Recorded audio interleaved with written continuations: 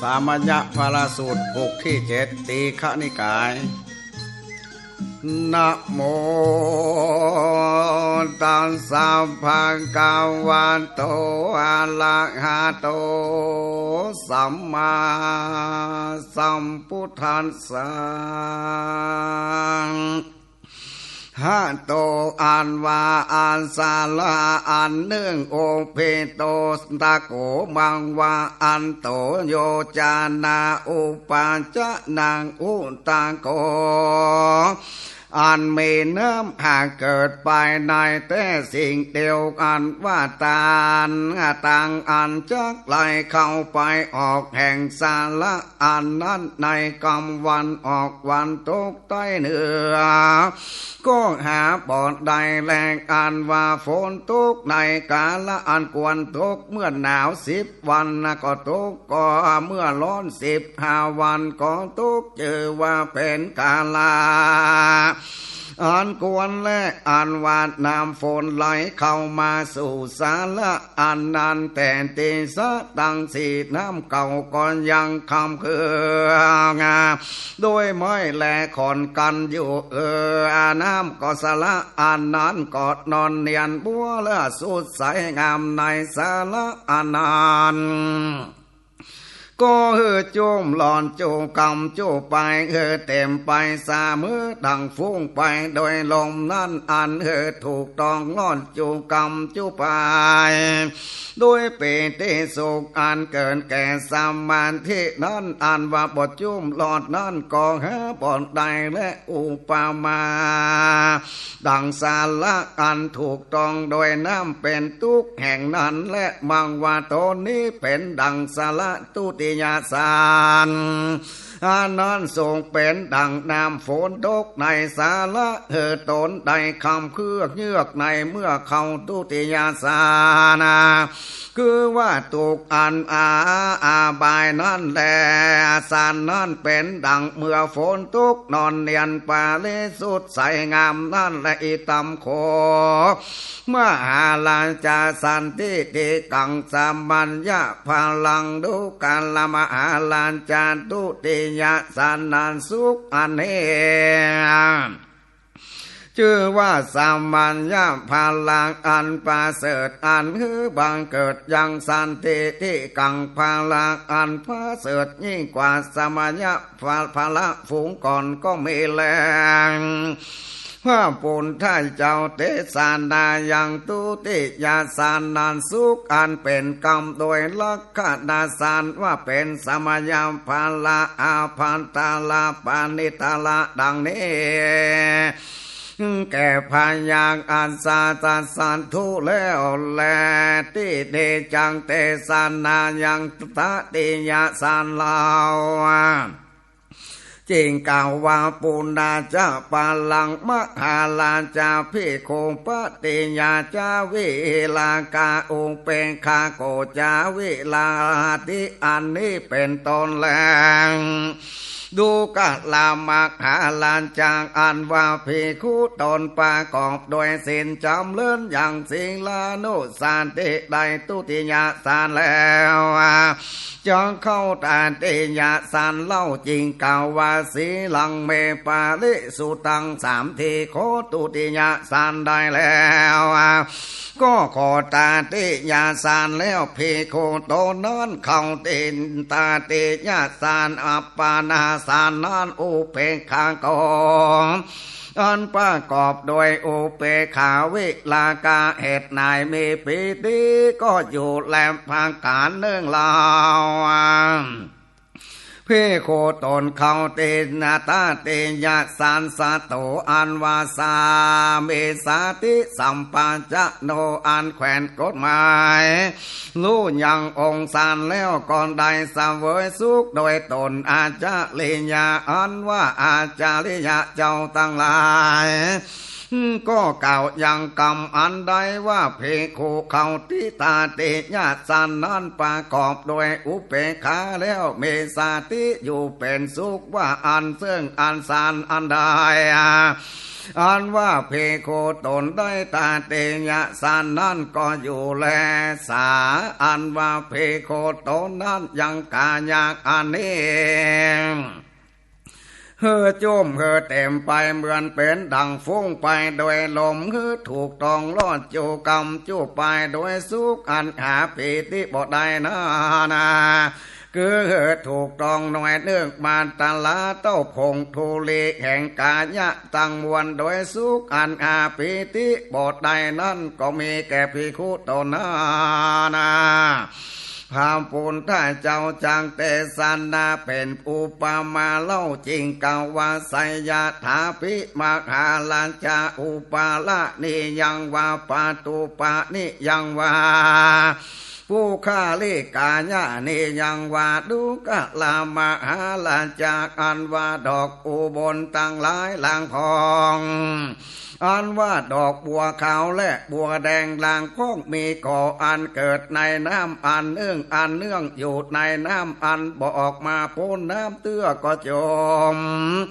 อยู่ในน้ำดอกบัวตั้งลายฝูงนั้นก็จมจูกำจูไปแต่เก้าเทิงไปบ่ถูกต้องโดยน้ำเย็นก็หาบทใดอันนั้นและอุปมาสันได้เอวาเมวะโขดูกาลามหาลาจางอันว่าภิกขุตนเข้าตติยาอุปมาณสันนิยังตนอันเนื่องก็เฮอจุ่มลอดจูกำจูไปที่ใดน้อยเนื่องเต้าผงโทเลงและบอดถูกตองโดยสุขอันหาปิติบอดใดอุปมาพัมดังอันแลอิตัมปิโขดูกัลมหาลาจาอิตังปิโขตาติยาสันสุขังอันวาตาติยาสันสุขังเจวสามัญญาภาลา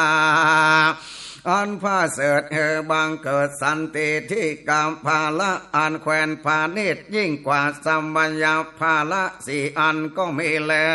งพระปุณท่านเจ้าเตสานาวาตาเตยะสานสุขอันเป็นกรรมโดยลักษณะสานว่าเป็นสัมมัญญาภาลาอันเป็นอาเพกันตาเตหังปานิตังลาแก่พัญญาอาสาตาสาธุดังนี้แลในที่เนจังเตสัตนายังจานตุทัสสานเล่าจริงกาวว่าปุนาจะปาลังมหาลาจาสุขาสาจะปหานานี่เป็นตนดูกาลามหาลาจาอันว่าภิกขุทนจำเลินศิลานุนสาติเขาตินตาติยาสันดังนี้แล้วจะเข้าจานตูนตาสันจริงเก่าว่าสีลังเมปาลิสุธาสามตีแล้วเข้าจานตูตาสันอันประกอบด้วยองค์สองคือว่าอุเปขาเอกันตาเล่าแรงอันว่าภิกขุตนใดยังจานตุสานนั้นเข้าจานตุตาสานเข้ายังสานอันประกอบไปโดยอุเปกขาสาติปาลิสุทธิอันหาทุกหาสุขบ่ได้เหตุทุกเสียยังโสมานัสสะโตมานัสสะในตนแท้สิ่งเดียวเหตุละเสียยังสุขและทุกไปนาตติยาสานั้นแล้วก็อยู่แรงอันว่าภิกขุตนเข้าจาตุตาสานนั้นกาอยากอันนี้คือแผ่สลาไปโดยจิตใจอันบัวเลสูดขาวผ่องแล้วนั่งอยู่กองมีและอันวาที่ใดหน่อยหนึ่งแห่งกายะตั้งมวลมาตลาเต้าผงโทเลและบทถูกต้องโดยจิตใจอันบัวเลสูดขาวผ่องนั่นกองหาบทใดแล้วน้อยเตเนพามปุณท่าเจ้าจังเตสัตนาเป็นอุปมาเล่าจริงกาวว่าไสยธาภิมหาลาจาปุริโสนี่เป็นตนและตูกาลามหาลาชอันว่าใจผู้หนึ่งกุม โดยหัวและขาวอันชักใหม่บริสุทธิ์แล้วนั่งอยู่ทลาเต้าพงทุเลและถูกต้องโดยผ้าขาวอันบริสุทธิ์กองหาปอดใดและอุปมาสันใดอันว่าภิกขุตนเขาจะตุตสานานยังการอยากอันนี้แผ่สารลาบไปโดยจิตใจอันบริสุทธิ์อันขาวผ่องนั้นก็หาปอดใดอุปมาดังอันแลงดูกะลามาหาลาจาอันว่าจาตุตาสานันสุขอันนี้ชื่อว่าสามัญญาภาลาบังเกิดยังสันติทิกะภาลังอันแควนปาเนตอันปาเสดยิ่งกว่าสามัญญาภาละหาอันฝูงก่อนนั่นแหลงอันว่าปานธรรมว่าสารเมลังคานาเป็นดังนี้ถูกตนอันเมื่อเจ้าสารลาบนั่นแลนตาติยะสารมีละคานาเป็นดังน้ำเมื่อฝนตกแล้วนอนเนียนปาเลสุทธิใส่งามแล้วตาติยะสารมีละคานาเป็นดอกอุบลจมอยู่ในน้ำดันแลนจาตุตาสารมีละคานาเป็นดังใจผู้เอาผ้าขาวสักเสียใหม่ห่มกุมหัวนั่งอยู่อันแลมพามพุทธเจ้าเทศนายังจาตุตาสารสุขอันเป็นกรรมโดยลักษณะสารว่าเป็นสามัญญาภาลักอันเป็นอาภิกันตาลาปาเนตาละอังแก่พัญญาอันสาตะสันทุดังนี้แลเจ้งเตสานะยังปัญญาตาการตาสานะเล่าจริงเตสานาเป็นบาลีไปเมื่อนาวาโสเอวังสัมมาหิเตจิเตปาลิสุเทปาลิโยตาเตนี้เป็นตนดูกันลามหาลาจาในเมื่อจิตใจแห่งเพคุเขาจะตุตาสารและปาลิสุที่ขาวผ่องอันหากิเลสบทใดหากกล่าวว่าเกิดเป็นสัมภาวะตั้งมันและบอกวันไว้ดังนี้และมีดังอันพิโคตนนั้นออกจากจาตุตาสารอานานแล้วการตามอย่างจิตใจอานานเลี่ยงน้อมเข้าไปการตามอย่างจิตใจอันเข้าไปได้ตัณสนะมังววิปัสสนาญาณนี่ปานาจันตายะเบื่อบางเกิดวิปัสสนาญาณและพิโคตนนั้นบทญาณานก็แขวนโกนไม้ลูกดังนี้อันวางกายะแห่งกูอันหนึ่งก็เต้าเป็นรูปสี่อันคือว่าปานเทาเวทธาตุลูกอาโปเตโจวาโยรูปอันเกิดมาแต่พ่อแม่อันจำเริญใหญ่ขึ้นโดยและแก่งต้วงอันเมสามภาวะอันพ่อและแม่หากเอานอนไว้เหนือแข้งแล้วตาโดยกันท่าตาโดยน้ำมันจวนจันแล้วแปลงองค์เดงามแล้วพ่อยเมสามภาวะลู่มั่งลู่สิบหายบ่มันบ่เตี้ยงแลภาการหนึ่งเล่าอันว่าวิญญาณแห่งกูนี้เองก็อาสาไหลซึ่งวิญญาณสี่อันคือว่าวิญญาณแห่งเนื้อสี่อันนี้แล้วแลในติเดพาพุทธเจ้าจังเทศนาเป็นอุปมาเล่าจริงกล่าวว่าไสยาถาปิมหาลาจามานิเวลุปิโยดังนี้เป็นต้นตุกะลามาหาลาจาอันว่าแก้ววิตุลลูกดีอันเกิดแต่เสหาลาจาดเวตาอันต้านหากงาจ้างพัดเกียงกาเลและหินอันแท้ใสเหลื่อมบัวละมัวนาโดยอาการกูลจ้างอันพัดตังมวลมีดังอันว่าไฟเขียวไฟเหลืองและไฟแดงไฟดำไฟขาวและไฟบนห้อยในแก้ววิตุลลูกนั้นอันว่าใจภูมิตาจ้างไว้แก้วลูกนั้นเหลือเมื่อและปิ้นจานลานาดูว่าแก้วลูกนี้อันเกิดมาในเสลานจานเต้าอันจ้างหากวัดเกียงกากอันเห็นแต่เลื่อมใสบวงลำมวลด้วยอาการอันคุ้นตั้งมวลแต่แลงอันว่าไฟอันห้อยแก้วนั่นก็พาหันว่าอันเมในแก้วนินแดงและขาวหมุนนั่นแล อุปมาสันใดดูกันลามหาลาจาในเมื่อจิตใจแห่งเพโคตนอันเข้าจาตุทสาน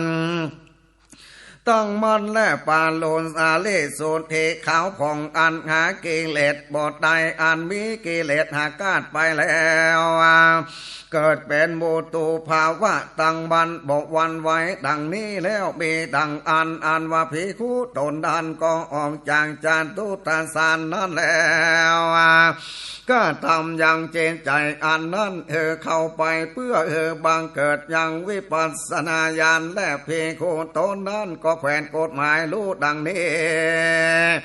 อันว่ากายะแห่งกูนั้นเต้าเป็นมหาภูตารูปสี่อันเกิดมาแต่พ่อแม่อันจำเริญเคินยันมาโดยเขาแลแกงถั่วงาเมสามภาวะธรรมอันพ่อและแม่หักหึกนอนไว้เหนือแข้งแหลมตาโดยน้ำมันแผงโดยองค์กาดีงามแล้วป่วยมีสภาวะอันลู่แตกลู่มั่งสิบหายประมาณบ่เตี้ยงแหลงพระการหนึ่งเล่าอันว่าวิญญาณแห่งกูนี้ก็อาสาไหลซึ่งมหาภูตารูปสี่อันก็อุปมาดังอันแลงดูการลามมหาลานจางอันว่าญาณตันสานะคือว่าวิปัสสนาญาณตันสนาสูตรอันนี้เจอว่าสมัญญาภาลาอันพระเสดบังเกิดยังสันทีที่กามภาลาแควนพระเสดยิ่งกว่าสมัญญาภาลาหกอา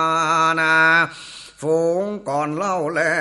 สันธาสัมปัญโยพามปุณท่านเจ้าเทศนาวิปัสสนาญาณตันสานาสูตรอันนี้ว่าเป็นสามัญญาภาละอันทวนเจตอาภิกันตาลาตาปาเนตาลาแก่พัญญาอาสาตาสาธุดังนี้แล้วติเนจักเตสนายังอาภินิมันตญาณาอันเป็นสามัญญาภาละอันอัคคาละลาวจริงจำเริญธรรมเทศนาเป็นบาลีเมื่อนาวาดังนี้โสเอวังสมัยเตจิเตปาริสุเทปาลิโยตาเตนี้เป็นตนดูกันลามหาลาจาในเมื่อจิตใจแห่งเพคุอันเข้าจาตุทสานแลตั้งมั่นบัวเลสนข้าวผ่องหากิเลสบทใดมีกิเลสหากก้าแล้วเกิดเป็นมูตูภาวะมันเตี้ยงบ่หวั่นไหวดังนี้แลอันว่าเพโคนตอนนั้นออกจากจานตูนท่าสันอันนั้นแล้วก็น้อมไปเพื่อนิมิตรูปและโสเพคุอันว่าเพคุตนนาก็นิมิตอย่างการอย่างอันนี้เป็นรูปอังกาจาอินทรีก็บทถอยป้ายสั่งอันออกไปแต่ตนอันนี้จังอุปมาเป็นดังเลือจาดูกะลามหาลาจาอันว่าโปดนาพูดนึ่งมาถอดยังงากาบไถออกจากไถอันตั้งไว้แล้วกำปาลิวิตักดังนี้ก็เกิดมีแก่ใจผู้นั้นว่าดังนี้ไถอันนี้กาบไถและอันว่าดังไถก็อันอื่นอันหนึ่งอันว่ากาบไถก็ออกถอดออกจากดังไถนั้นว่าดังอันอุปมาสันนั้นปันนาภาการหนึ่งลาวอันว่าใจผู้นื่นถอดออกอย่างดามจากฟักดังไว้แล้วอันว่ากรรมปาลิวิดังนี้ก็มีแก่ใจผู้นั้นว่าดังนี้อันนี้ดาบอันนี้ฟักแลอันว่าดาบหักอันอื่นนึ่งอันว่าดาบกูก็หักถอดออกจากฟักแลอุปมาสันใดภาการหนึ่งลาวอันว่าป้อมงอหมองูโผนึ่งยกออกยังงูออกจากงาติงตั้งไว้แล้วกำปาลิเวตังก็เกิดมีแก่ใจผู้นั้นแลอันว่างูก็หักเอาออกจากติงและว่าอันอุปมาสันได้ดูการละมหาลาจาในเมื่อเจนใจแห่งเพคุเข้าจาตุทาสันตั้งมันบัวเลสุดเขาผ่องหากิเลสบ่ได้มีกิเลสกาดแล้ว เกิดมุตุภาวะบอกวันไหวดังนี้แลเพโคตนนั้นออกจากจาตุทาสานแล้วก็น้อมมายังใจซึ่งเนเมตตาภารูปและกายะอันนั้นเป็นรูปกายะอันเป็นรูปมีอินทรีย์บ่ถอยสังอันแล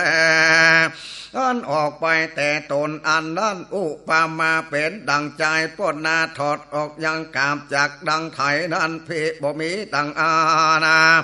เป็นดังใจถอดยังดาบออกจากฟักนั่นแลพิบ่มีดังอ่านเป็นดังป้อมองงูยกยังงูออกจากติงนั่นแลมักว่าพิคู่ตนเป็นดังงูดังไถเนเมตโลกเป็นกาบไถเป็นดังฟักดาบเป็นดังติงงูนี่เมตโลกเป็นโง่นั่นและอันวานนิมิตรูปอันนี้เล่าเปิงรู้ว่าพามปุณถ้าเจ้าอาสลายเสื่องอันโยกออกอย่างรูปโดยใจแล้วและกล่าวว่าแต่และอันว่าวิปัสสนาอันนี้ตัดมกาเพิ่งรู้ว่าทิฏฐิดังนี้แลอันวานโยกาวาจาละตนอันบทใดอาภิญญาณและปาเลกัมอุปาจาระอนุโลมาโกตามากะภาละดังนี้สุกวิฟัสสนาและเปิงรู้ติทิอันแก่ตานและโยกาวาจาละตนได้อาภิญญาณปาเลกัมอุปาจาระอนุโมโลมาโกอาภิญญามังกัมภาละดังนี้แก่อาละหันตาเจ้าตนเป็นเทวิจาอาภิญญาและนิมิตรูปแห่งตนก่อนมังว่าเป็นสุขกว้างกว่าพลาสุขอันนี้แลอิตังเปโขมหาลาจาดุกะลามหาลาชอิตังอันวาอิเทวิธีนิเมตาโลปายานะอันเป็นสามัญญาพลาอันพระเสริฐอันบังเกิดสันติเทกะพลาแควนพาเนนกว่าสามัญญาพลาอันทวนสี่จริงเตสนาเป็นบาลีวาโสวังวังสามัยเตจิเตปาริสุทธงปาลิโยนตาเตนี้เป็นตนแลดูกาลามหาลาจาในเมื่อจิตแห่งเปโคตนประกอบโดยนิมิตญาณดังนี้แลปาริสุทธิขาวผ่องอันหากิเลสบอดใดแล้วบางเกิดเป็นมูตุภาวะตั้งมันบกวันไว้ดังนี้และอันว่าภิกขุตนนั้นก็กระตามยังใจเพื่อเหอเอ็นทิลิเทเพคุตนนั้นก็ได้สเวยยังเอ็นทิลิเทอันนั้นแลมเพโคนั้นก็พอเลงยังกายนอกไปนอกบานนอกเหือนแลพาการเวียงล่ำดำกำนาแลเป็นอันดังเข้ากาดแจงนักบอกของยังหัวบานแลฝาเหือนแลพาการดาเวียงและโดยติดใดก็ไปเป็นดังไปในอากาศนั้นพิโกตนนั้นก็ดำไปดำมาในแผ่นดินเป็นดังดำใดน้ำและเที่ยวไปเหนือแผ่นดินขึ้นไปในอากาศเป็นดังนกนั่นแหละอันว่าเพลงโคนตอนนั้นก็อายุพางอาเตตและพระจันทร์อันมีฤทธิ์ดังนี้ก่อนใดเพลงโคนตอนนั้นเดลเมตใหญ่สูงขึ้นเถิงพมมาโลกก็ได้และดูกาลามหาลานจากอันว่าจ้างมอผู้สาลาดก็ดีลูกศิษย์จ้างมอมักไข่เป็นข้าปันมอหายกาดินต่ำอันมักอันเปิงใจแล้วปันลีพกต่ำอันมักอันเปิงใจอุปมาสันได้พระการหนึ่งเล่าอันว่าเพโคจ้างแปลงงาผู้สาลาดไข่แปลงเป็นสันใดก็แปลงเป็นตามใจมักแล้วปังลีพวกดำอันเปิงใจแล้วอุปมาสันใดพาการหนึ่งเล่าอันว่าจ้างคำผู้สาลาดมักไข่แปลงคำเป็นดังเลอก็แปลงตามอันเปิงใจ อุปมาสันได้ดูการลามาหาลาจะในเมื่อจิตใจแห่งเพโคโตนั้นตั้งมันดังอันบริสุทธิ์เขาผ่องหากิเลสบ่ได้แล้ว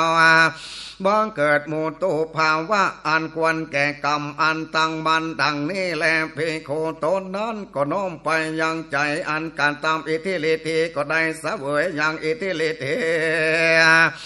และต่างๆขอหันนอกบ้านนอกเฮือนและภาการเวียงล่ำดำกำนาแจงเป็นดังพออาการก็บอกของหัวบานและฝาเฮือนและภาการเวียงดอยติดใดก็ดีก็ไปในอากาศดำน้ำก็ได้และดำไปในแผ่นดินอากาศเป็นดังนกนั่นแหละอายุพระจันทร์พางอาทิตย์เมลิเทดังนี้ก็ได้แลเพโคโตนั้นก็เนลามีต้นใหญ่สูงถึงพรหมโลกก็ได้แลอุปามาเป็นดังจ้างมอผู้สาลาดปั้นยังพาจะหน้าดินบวลละพกตามใจนั้นงาภิบ่มีดังอุปาไมดังอาจางาจ้างอันแปลงจ้างอันแปลงงาจ้างเครื่องงาบวลละพกตามใจนั้นพี่บ่มีดังอันอุปมาเป็นดังจ้างคำผู้สาลาดแปลงเครื่องคามปาลีโภกตามใจนั่นแหละเอตังโขดูการลามหาลาจาอันว่าอิทิเลนเทยานะอันเอก็เป็นสามัญญาพลังอันพระเสด็จเธอบังเกิดยังสันเทติกะพลาแควนพระเสด็จ